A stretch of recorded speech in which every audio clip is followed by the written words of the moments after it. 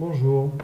Alors, pour la suite de cette continuité pédagogique, j'ai regardé un petit peu toutes les séquences qui nous restaient à faire et il m'a semblé que la séquence 9 était quand même assez accessible par rapport à d'autres, sans nécessiter forcément de matériel pour illustrer le contenu. Donc voilà pourquoi j'ai choisi cette séquence 9, non pas parce qu'elle était après la séquence 8, mais parce qu'elle m'a paru plutôt accessible. Donc il s'agira d'étudier les réactions de combustion. Et dans un premier temps, nous voyons que nous allons parler des combustions complètes et on vous demande d'être capable de citer des exemples de combustibles. Donc, combustibles qui permettent de faire une combustion. Donc vous pourrez rajouter sur votre fiche cours quelques exemples comme eh bien, du bois. Voilà, c'est écrit en majuscule. Quoi d'autre? Tiens, eh bien, le gaz de ville. Le gaz de ville qui est tout simplement du méthane, donc CH4. Vous devez maintenant, puisque vous connaissez la nomenclature, être capable à partir du nom de retrouver la formule. Ça pourrait être aussi tiens, du butane, un autre alcane, hein, ça fait partie de la famille, tout ce qui finit en ane, de la famille des alcanes. Tiens, l'éthanol, qui est un alcool. Si je cite particulièrement ces produits-là, bon, tiens, l'essence, hein, le gasoil, etc., etc., c'est parce que le programme va nous demander de particulièrement étudier la combustion avec les alcanes et avec les alcools. Donc les alcanes, ce sont tous les produits qui ne contiennent dans leur formule brute que des atomes de carbone et d'hydrogène. Par exemple ici, le propane, que des carbones, que des atomes d'hydrogène, c'est bien un alcane. Voilà. Écoutez, quand une réaction de combustion est complète, dite complète, il y a une raison. On dit qu'une réaction de combustion elle est complète à condition que les deux produits fabriqués soient, et c'est à vous de le noter ici, eh bien le premier produit c'est l'eau, H2O, et le deuxième, c'est le gaz carbonique, donc le dioxyde de carbone.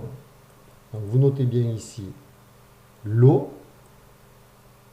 le dioxyde de carbone. Voilà. Si autre chose que de l'eau ou du dioxyde de carbone est fabriqué, ce n'est pas une réaction de combustion complète. Elle est peut-être par exemple incomplète, semi-complète. Peut-être vous avez déjà entendu parler chaque hiver des personnes qui ont des accidents très graves, parfois mortels, pour des chaudières mal réglées et qui sont intoxiquées au monoxyde de carbone qui est un poison.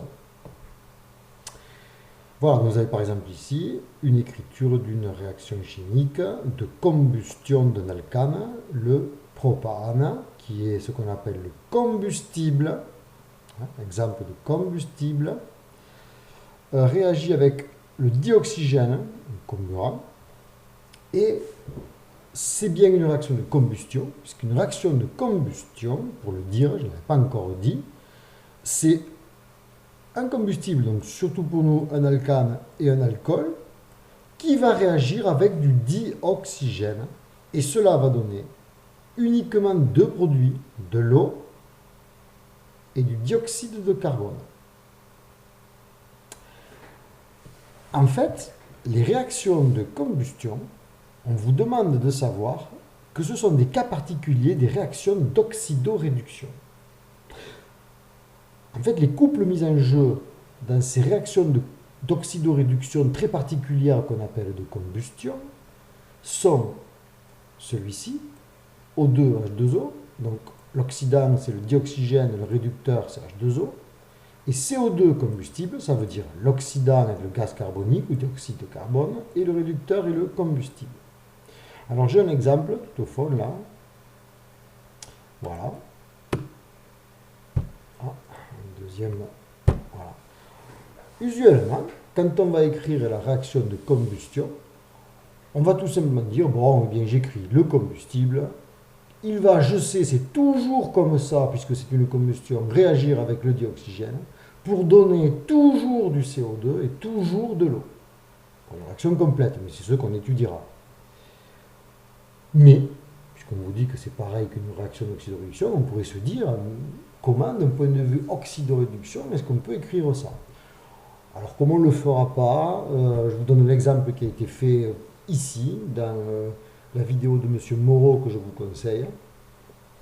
Là, il a écrit carrément la demi-équation relative au couple du dioxygène et de l'eau, la demi-équation relative au couple, bon, alors c'est l'exemple avec l'éthanol et le CO2. Et quand on additionne 1 et 2, vous vous rappelez, il fallait appliquer des facteurs multiplicatifs pour que le nombre d'électrons à gauche de la flèche et à droite de la flèche soient les mêmes, donc 3 fois 4, 12 et 12, tous les électrons s'annulent. Qu'est-ce que l'on retrouve? Je vous renvoie sinon à la séquence 3 sur les réactions d'oxydoréduction. La même chose que lorsqu'on écrit la réaction directement en disant combustible plus O2 donne CO2 plus H2O. Si pour les réactions d'oxydoréduction on utilisait cette technique, c'est parce qu'on n'était jamais sûr de la nature des réactifs et des produits. Alors que là, sur 4 choses à écrire, il y en a 3 qui seront toujours les mêmes, O2, CO2, H2O, et uniquement le combustible qui va changer. Ça ne vaut pas le coup de faire tout ça quand on sait que 3 choses, un réactif sur les 2 produits sur 2 sont déjà connus par avance. Voilà, une remarque très importante, mais pour la suite. Ça veut dire que vous serez amené à écrire des équations équilibrées de combustion complète, comme celle-ci. Donc à vous de trouver le coefficient 5, le coefficient 3 et le coefficient 4. Mais il y a quelque chose d'important dans ce genre d'exercice, enfin dans ce genre, pour l'exercice qui vont suivre, c'est qu'il faut que le coefficient stoichiométrique devant le combustible soit de 1. Sinon, pour la suite, ça va vous poser des problèmes. Donc là, naturellement, il y avait un 1. Mais regardez l'exemple avec le méthanol. Le méthanol dans le dioxygène donne bien sûr du CO2 et H2O. On équilibre et on trouve les coefs stoichiométriques 2, 3, 2 et 4. Ce que je remontre ici avec la souris est juste. Mais il faut absolument qu'on ait un 1 ici, pour la suite des exos. Comment faire? Et je vous demande de le rajouter. On va tout diviser par 2. Ainsi, 2 que divise 2, 1. Ici, il n'y a rien à écrire. 3 que divise 2, soit vous laissez 3 demi, soit vous écrivez, là où j'ai la souris, vous le faites, 1,5. Ou alors vous laissez 3 demi. Je divise ce 2 par 2, il me restera 1. On ne peut ne rien écrire du tout. 4, je le divise par 2. Ici, je dois écrire un 2. Ainsi, pour avoir un 1 ici, je divise tous les coefficients stoichiométriques de l'équation par 2.